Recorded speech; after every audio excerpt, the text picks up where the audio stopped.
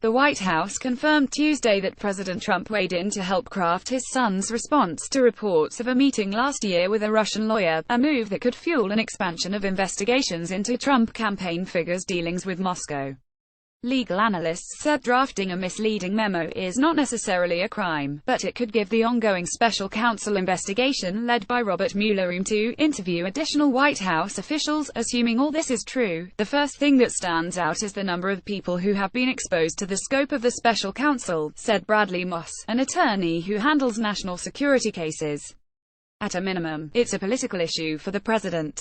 It looks horrible. The Washington Post reported Monday that Mr. Trump intervened as his advisors discussed how to respond to a New York Times inquiry about Donald Trump Jr.'s 2016 meeting with Russian lawyer Natalia Veselnitskaya.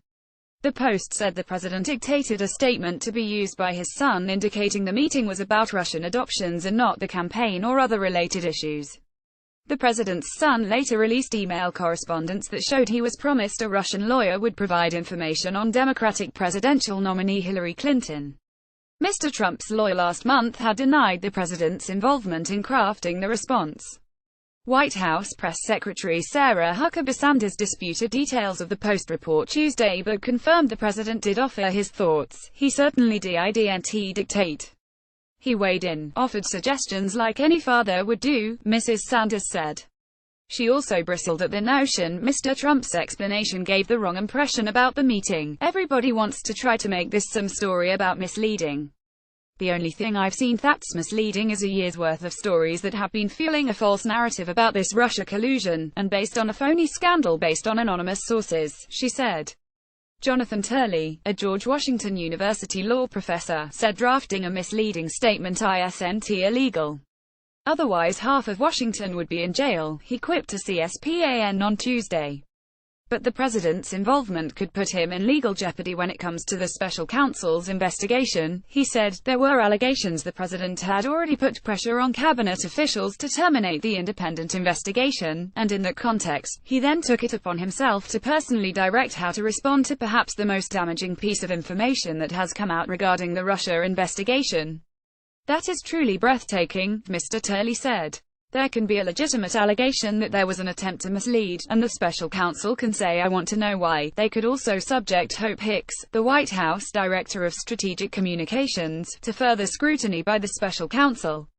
The Post report states Ms. Hicks acted as a go-between for the president and his son as the initial statement was crafted. She at least is going to be asked questions about the scope of her involvement, Mr. Moss said. Of the likelihood investigators will seek to learn more about the interactions.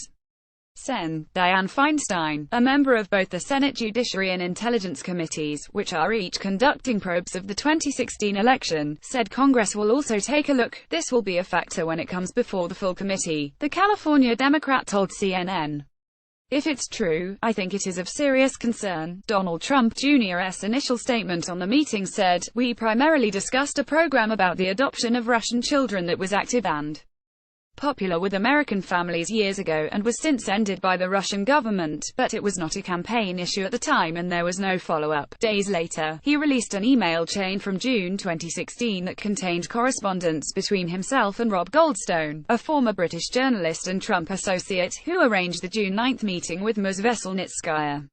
One email from Mr. Goldstone states that the Crown Prosecutor of Russia had met with a previous business partner of the elder Mr. Trump and offered to provide the Trump campaign with some official documents and information that would incriminate Hillary in her dealings with Russia and would be very useful to your father. This is obviously very high-level and sensitive information but is part of Russia and its government's support for Mr. Trump, Mr. Goldstone wrote. Dave Boyer contributed to this report.